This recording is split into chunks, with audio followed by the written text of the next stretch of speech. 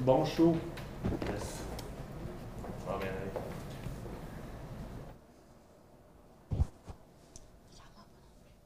Les 25e Jeux franco-canadiens de la communication vous présentent, dans le cadre de l'épreuve Bulletin de nouvelles, vos informations régionales, en direct de Montréal.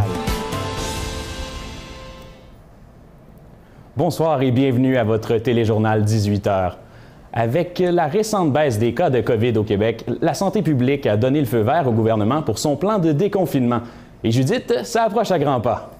Oui, c'est avec un grand sourire que François Legault a annoncé plus tôt ce matin en après-midi, durant son point de presse, que la majorité du Québec passera en zone en zone orange à partir du 31 mai, donc lundi prochain. Donc, Québec, Outaouais, Montérégie, Lanaudière, les Laurentides, en excluant Montréal et Laval, passeront en zone orange. Donc, cette zone orange, ça inclut la réouverture des salles à manger, de restaurants, la réouverture des gyms également et un peu d'espoir pour notre jeunesse. Les secondaires 3, 4 et 5 retourneront aux études à temps plein à partir du lundi 31 mai. Donc, à ne pas oublier, date importante aussi, le vendredi 28 mai pour l'ensemble du Québec, abolition du couvre-feu, réouverture des terrasses de restaurants ainsi que les rassemblements privés de 8 personnes seront désormais permis. Et pour ce qui est de Montréal et de Laval, il faudra attendre encore quelques jours. Donc, si la tendance se maintient à partir du 7 juin, ces deux régions passeront en zone orange. Et bonne nouvelle, Judith, pour ceux qui désirent recevoir leur deuxième dose rapidement, le gouvernement souhaite accélérer le processus de vaccination. Effectivement, donc les petits comme les grands en profiteront. On parle ici des 12 à 17 ans qui peuvent désormais se faire vacciner. Les personnes âgées étant en CHSLD pourront recevoir leur deuxième dose. Et le ministre de la Santé, Christian Dubé, a annoncé qu'il voulait devancer les rendez-vous de vaccins. Donc, les Québécoises et Québécoises qui ont reçu leur première dose de vaccin et qui avaient été donné un rendez-vous pour le mois de septembre pourront se faire vacciner pour leur deuxième dose avant le 31 août. Et en terminant, Jérémy, le gouvernement prévoit mettre en place une clinique de vaccination sans rendez-vous partout dans les régions du Québec. Donc, une manière, encore une fois, d'encourager cette campagne de vaccination. Merci beaucoup, Judith. Merci. Si la majorité du Québec se retrouvera lundi en zone orange, c'est bien parce que les chiffres sont encourageants. Le bilan quotidien affiche 346 nouveaux cas depuis hier et le pourcentage de positivité demeure quant à lui assez bas, à 2,3 %, alors que le nombre d'hospitalisations a diminué de 9. La vaccination va également bon train. 54 447 personnes ont reçu le vaccin dans les 24 dernières heures. Selon les récentes données, 62,7 % des personnes de plus de 12 ans seraient désormais vaccinées. Bien que le déconfinement approche à grands pas, cette idée semblait bien lointaine dans certaines villes il y a quelques mois seulement. À Québec, au printemps, une éclosion dans le centre d'entraînement Mega Fitness Gym avait eu des répercussions immenses dans la capitale nationale. Eh bien, aujourd'hui, un rapport d'analyse des autorités gouvernementales a démontré que l'éclosion serait à l'origine de tout près de 700 cas et aurait mené à la mort de 10 personnes. Le propriétaire du gym, Daniel Marino, s'est entretenu avec notre équipe aujourd'hui et il a refusé de prendre l'entièreté du blâme. Il a admis avoir eu ses torts, mais selon lui, ce sont les clients qui ont refusé de suivre les mesures sanitaires qui sont les véritables fautifs. Il affirme également ne s'être jamais opposé à la santé publique ou au gouvernement. Après avoir reçu l'approbation de la santé publique, le Mega Fitness Gym devrait rouvrir ses portes dès lundi. Et M. Marino assure que toutes les mesures sanitaires seront respectées à la lettre. Les travaux sur le pont de l'île aux Tourtes retiennent particulièrement l'attention dernièrement. Et Amine, les utilisateurs devront s'armer de patience encore un peu.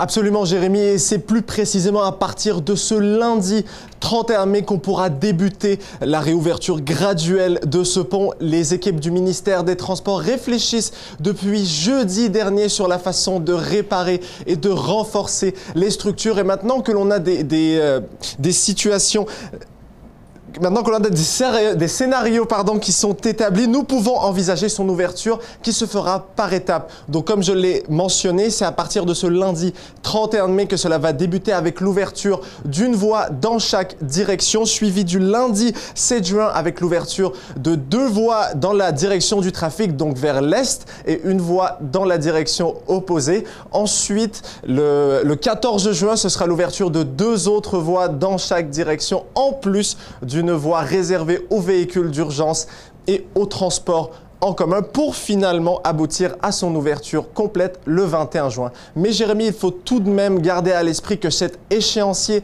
va dépendre du rythme des réparations, car entre-temps, les travaux vont se poursuivre, notamment pour remplacer les tiges qui ont été endommagées ces dernières semaines et pour renforcer les structures. Et justement, Amine, on sent une certaine crainte de la population quant au délai et au niveau de sécurité du pont.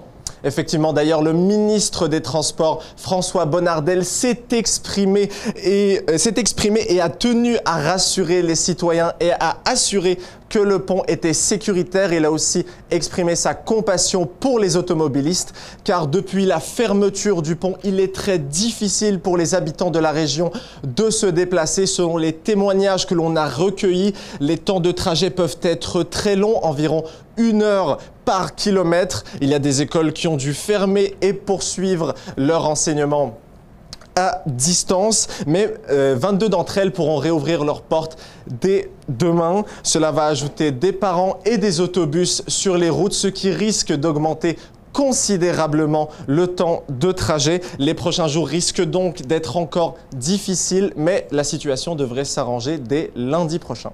Merci beaucoup, Amine. Merci beaucoup, Jérémy. Le comité consultatif sur la réalité policière a remis aujourd'hui son projet de réforme sur la loi policière au gouvernement Legault et l'unité de protection anticorruption pourrait être amenée à disparaître prochainement. Le comité propose en fait l'intégration de l'UPAC à une unité spécialisée en cybercriminalité et en crimes économiques. Ce changement permettrait de lutter plus efficacement contre l'émergence de la cybercriminalité. Dans le rapport, quelques autres recommandations ont également retenu l'attention. On y propose notamment une refonte de la carte policière. Le nombre de niveaux de service passerait de 6 à 4 et les 3 premiers paliers seraient fusionnés. Le nombre total de corps policiers au Québec passerait donc de 31 à 13. Finalement, le comité consultatif a insisté sur le besoin d'interdire les interpellations policières basées sur un motif discriminatoire. Selon lui, il est inacceptable que les populations racisées et autochtones soient surveillées plus étroitement en raison de leurs origines culturelles. Nous en sommes présentement à la 3e semaine de l'enquête publique sur la mort tragique de Joyce Echaquan. Et plus tôt aujourd'hui, la coroner Jeanne Kamel a tenu à adresser les critiques à son endroit. Ce qu'on reproche à Mme Kamel, c'est d'avoir tenu des propos teintés de partialité dans le dossier. Rappelons que la semaine dernière, la coroner avait affirmé ne pas croire les médecins et les infirmières qui niaient avoir entendu des propos désobligeants à l'endroit des patients autochtones de l'hôpital de Joliette. Et aujourd'hui, l'avocat de l'infirmière congédiée, Maître Conrad Laure, remet en question la présence de Mme Kamel lors des audiences. Celle-ci s'est défendue en soulignant que la transparence est primordiale dans le dossier et que les réponses évasives nuisent au processus. Elle affirme également être totalement impartiale et s'excuse d'avoir pu indisposer certaines personnes avec ses propos. Le conflit israélo-palestinien a mobilisé une grande partie du monde dans les dernières semaines. Pour nous éclairer sur le sujet, nous accueillons en studio Sami Aoun, directeur de l'Observatoire sur le Moyen-Orient et l'Afrique du Nord à la chaire Raoul Dandurand. Monsieur Aoun, bonsoir. Bonsoir. D'abord, devant l'indignation de la population, plusieurs personnes considèrent que les droits des Palestiniens ont été bafoués. Est-ce que c'est le cas à votre avis? Certainement. Depuis le plan de partage en 1947, qui stipulait d'avoir un État palestinien à côté d'un État israélien. Le fait qu'il y a un avortement de l'édification d'un État palestinien, on pourrait considérer que les droits palestiniens sont bafoués de cette première heure. Et en ce sens, il faut les rétablir par reprendre l'esprit du plan de partage, c'est-à-dire avoir 2 entités palestiniennes et israéliennes qui vivent ensemble et quand même en harmonie. Après les derniers événements, on utilise toujours le terme « conflit », mais est-ce qu'on peut encore qualifier la situation de conflit ou est-ce qu'il s'agit plutôt d'une forme d'oppression? Non, plutôt c'est un conflit, mais c'est un conflit, on l'appelle asymétrique, qui a une dimension oppressive, il a une dimension libératrice, et en ce sens, c'est un engagement de guerre entre une puissance militaire classique, conventionnelle, comme celle de l'État d'Israël, hyperpuissance régionale, et des factions miliciennes, le Hamas, qui est un groupe, à la fois, il est considéré par l'Occident comme un groupe terroriste, mais qui utilise des tactiques miliciennes de guerre. Donc, l'éthique de la guerre est brouillée ici. Les règlements de l'engagement militaire ne sont pas nécessairement les mêmes qu'on pourrait voir dans des guerres classiques. Il y a même certaines personnes qui considèrent que les arrestations des Palestiniens en Israël sont une forme de déclaration de guerre envers le peuple palestinien. Quelle est votre position sur le sujet? Ce n'est pas nécessairement vrai, parce que, de un, les Palestiniens dans l'État d'Israël sont des citoyens israéliens, mais dans la communauté arabe, donc arabophone. Et en ce sens, il y a une opération policière qui pourrait être abusive, qui pourrait enfreindre les droits de ses propres citoyens. Mais le fait que l'État d'Israël veut imposer un État de droit, en ce sens, il n'y a pas une déclaration de guerre, mais il y a une déclaration contre le désordre. Est-ce que les Palestiniens arabes, israéliens à ce moment, est-ce qu'ils ont le droit de contester? Certainement.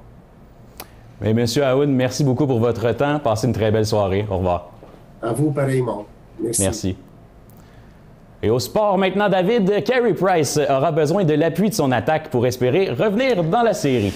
Effectivement, Jérémy, il faut savoir que le Canadien, dans les 3 premiers matchs de la série, eh bien, a marqué seulement 4 buts. Donc, ce n'est absolument pas suffisant contre l'attaque dévastatrice des Maple Leafs de Toronto. Plus tôt aujourd'hui, en conférence de presse, Josh Anderson a dit que l'équipe va être affamée, Jérémy, et on a très hâte de voir son énergie. Et j'ai surtout hâte de voir si Anderson va pouvoir garder son énergie jusqu'à la deuxième période, qui a été, ma foi, terrible, si on peut le dire, du côté du Canadien, puisque lors des 2 derniers affrontements, le tricolore a accordé 20 tirs au but lors du deuxième engagement, ce qui est beaucoup trop pour permettre à Carey Price de soulever le tricolore vers une possible victoire. Et David, Dominique Ducharme nous a habitués à des changements dans la formation depuis le début de la série. À quoi peut-on s'attendre pour le match de ce soir? Eh bien, autant Eric Staal, Artturi Lekonen et Jake Evans sont des points d'interrogation pour le match qui se disputera dans 1 heure. Donc, Dominique Ducharme peut encore apporter des changements. Par contre, sa brigade défensive ne devrait pas bouger. Et évidemment, c'est le brio exceptionnel de Carey Price qui devrait être devant le filet ce soir au Centre Bell en direct de 19h. Et du côté du tennis, Naomi Osaka a établi une nouvelle marque du sport féminin. Oui, eh bien, lors des 12 derniers mois, la 2e raquette mondiale a empoché la somme de 55 millions de dollars, fait jamais accompli pour une athlète féminine. Donc, si Osaka continue sur sa lancée, eh bien, elle devrait empocher plusieurs millions lors des prochaines années. En effet, merci beaucoup, David. Ça fait plaisir. À la météo maintenant, le temps est très humide. Il fait présentement 27 degrés à Montréal, 23 degrés à Sherbrooke et 19 degrés à Québec. Du côté de l'Outaouais, le mercure affiche 25 degrés. Demain, les orages et la chaleur seront au rendez-vous avant le retour des températures plus fraîches avoisinant les 15 degrés dès jeudi. Sur ce, c'était votre téléjournal 18h. Merci d'avoir été avec nous et passez une très belle soirée.